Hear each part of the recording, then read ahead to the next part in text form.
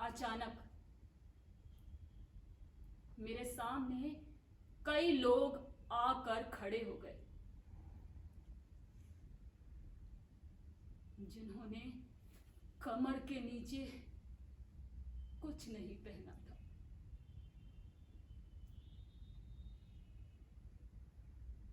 मैंने कहीं पढ़ा था कि खाना बदोश औरतें अपनी कमर से अपनी घघरी कभी नहीं उतारती।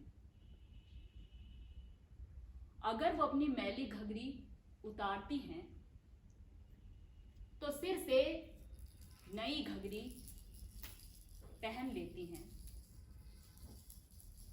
और नीचे से पुरानी घघरी उतार देती हैं। कहते हैं कि खाना बदोश औरतों की अगर मृत्यु हो जाती है तो उनके शरीर को स्नान करा के उनकी घघरी को संभाल कर रख देते हैं। कहते हैं कि खाना बदोश औरतों ने अपनी कमर की नेफे की लकीर के नीचे एक नाम गुदवाया होता है, एक मर्द का नाम, जिसे खुदा के सिवा और कोई नहीं देख सकता। तो ये रिवाज मर्द के तहमत के नीचे के लिए भी होता होगा।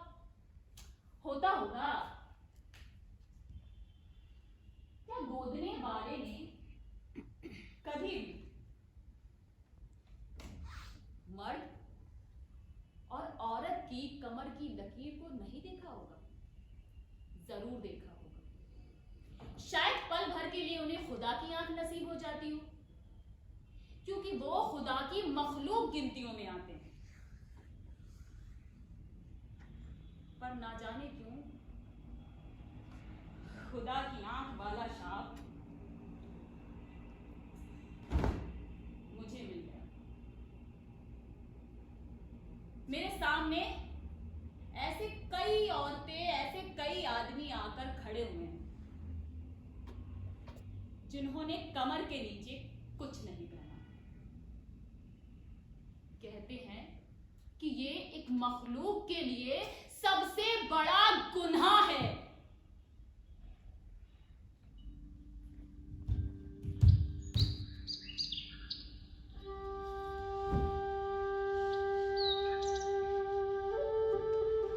मेरी माँ कल से अस्पताल में है। उनके प्राण उनकी सांसों की तरह उतार और चढ़ाव कर रहे हैं।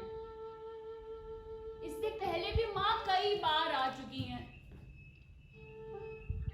पर ना जाने क्यों इस बार उसके मन ने जीने का विश्वास ही छोड़ दिया। मेरी माँ ने अपनी उंगली में से एक अंगूठी निकाली और मुझे देकर कहा,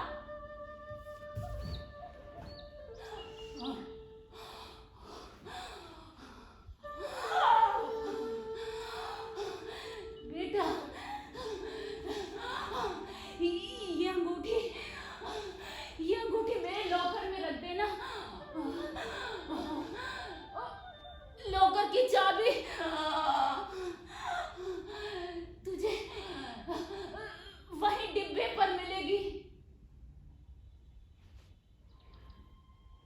पर मुझे समझ में नहीं आया कि दादी भी यहीं खड़ी थी, पापा भी यहीं खड़े थे और बड़े भैया भी यहीं खड़े हुए थे, लेकिन माँ ने ये काम मुझे ही क्यों सौंपा? पता नहीं। फिर हम सब लोग घर जाने लगे। बाय माँ।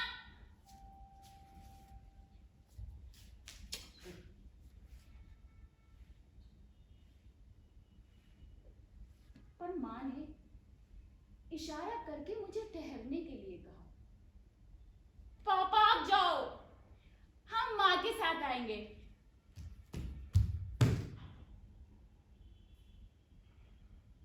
माँ ने अपनी तकिया के नीचे से एक रुमाल निकाल के दिया। वो बहुत ही गंदा था और मैला भी था,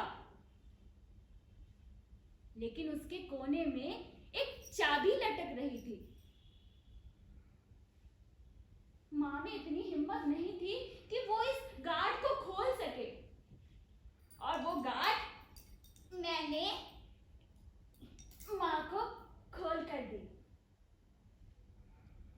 और माँ ने उस चाबी की तरफ मुझे इशारा करा।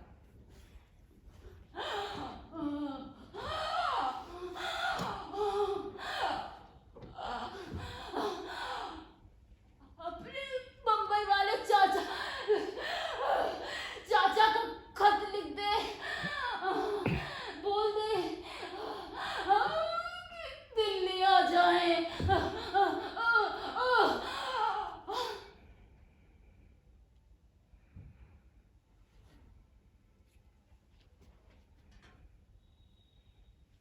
जिस तरह तकदीर बदलती थी, उस तरह चाबी भी बदल गई।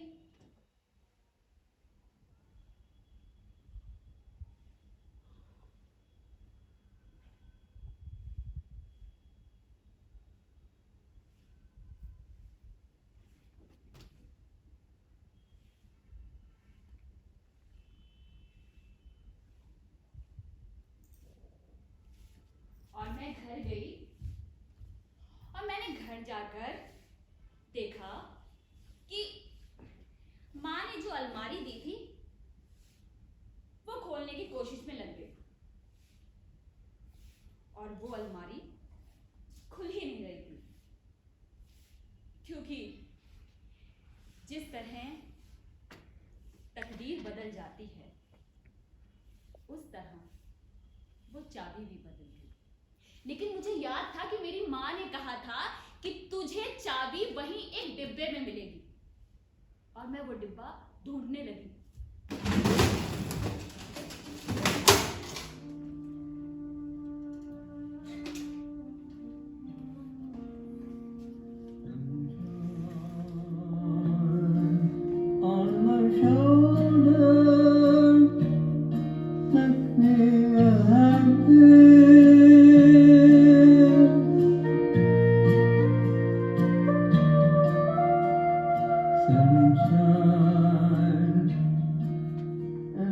मैंने देखा माँ ने मेरे पुराने फटे हुए कपड़े भी संभाल कर रखे थे, और वो उधड़े हुए स्वेटर भी। शायद उससे उन्हें सच्चा सलमा बनाना होगा।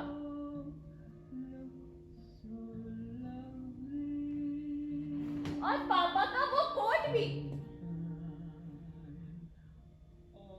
शायद ये बर्तन बेचने वाली के लिए रखा होगा।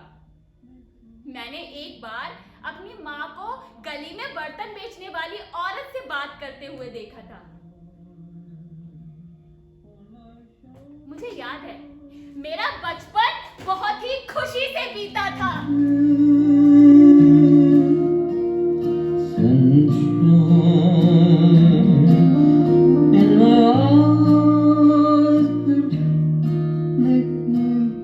मेरे पापा मुझसे बहुत सारा प्यार करते थे।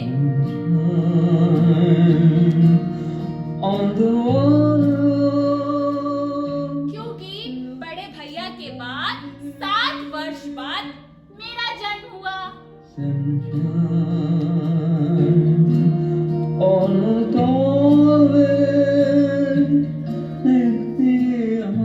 और पापा मेरे साथ खूब खेला करते थे।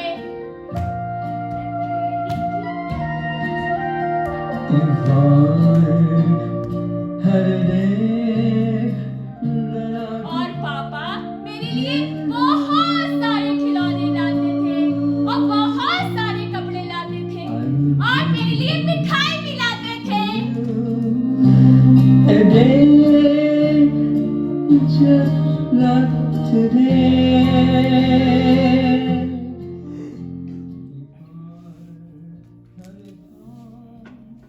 पर समझ में नहीं आया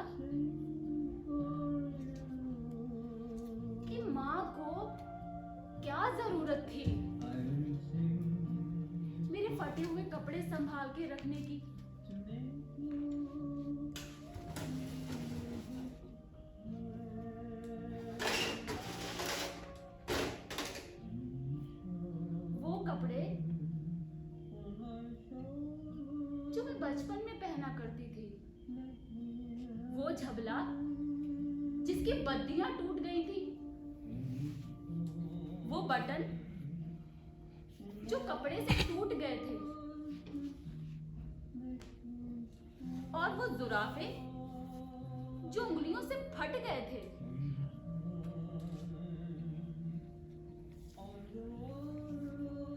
मुझे हैरानत हुई कि माँ ने मेरी वो ट्रेन भी बचा के रखी थी संभाल के, जो चाबी से चलती थी। उसको देखकर ऐसा लग रहा था कि पटरी से ट्रेन नीचे उतर गई हो और सारे मुसाफिर घायल हो गए हों। वो मिट्टी का हाथी जिसकी सूंड टूट गई हो, और वो घोड़ा जिसकी दोनों टांगें टूट गई हो, और वो गुड़िया जिसकी दोनों आंखें काली हो गई हो, और वो खिलौने जो हाथों से टूटे फूटे थे, उनको पहचान पाना बहुत मुश्किल था। लेकिन मुझे दहशत हुई जब मैंने देखा मिट्टी के बने शिव जी उल्टे पड़े हुए हैं। ऐसा लग रहा था उनके दोनों हाथ लुंज हो गए हों। शायद भगवान भी अपाहिज हो गया हो।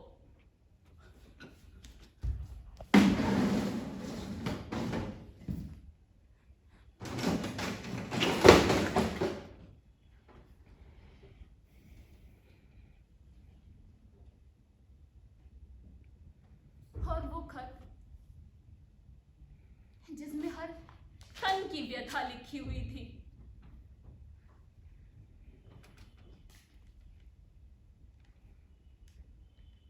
हर एक विश्वास की व्यथा लिखी हुई थी, जिसमें दिल चोरी की व्यथा लिखी हुई थी। मेरे सिर में एक हैरानी की गंध सवार हो गई।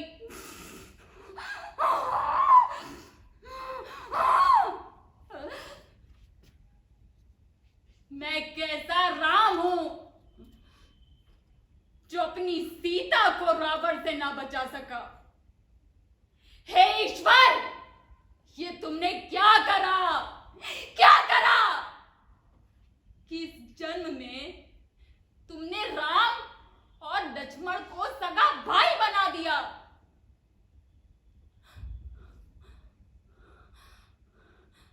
चाबी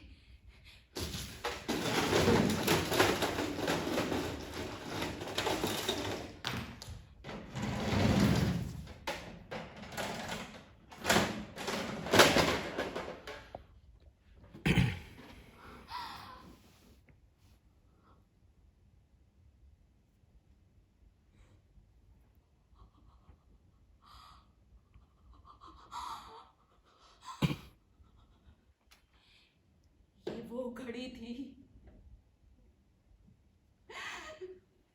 जब मैंने देखा उस खाने में नीचे के कपड़े रखे हुए थे।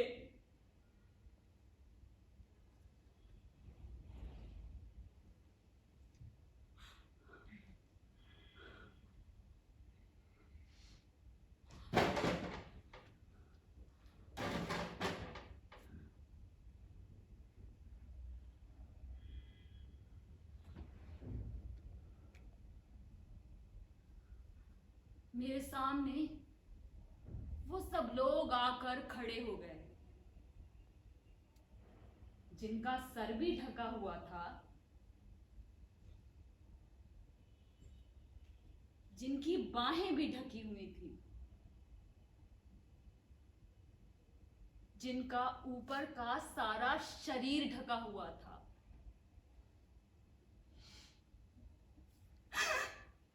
लेकिन उनकी कमर के नीचे कोई कपड़ा नहीं था।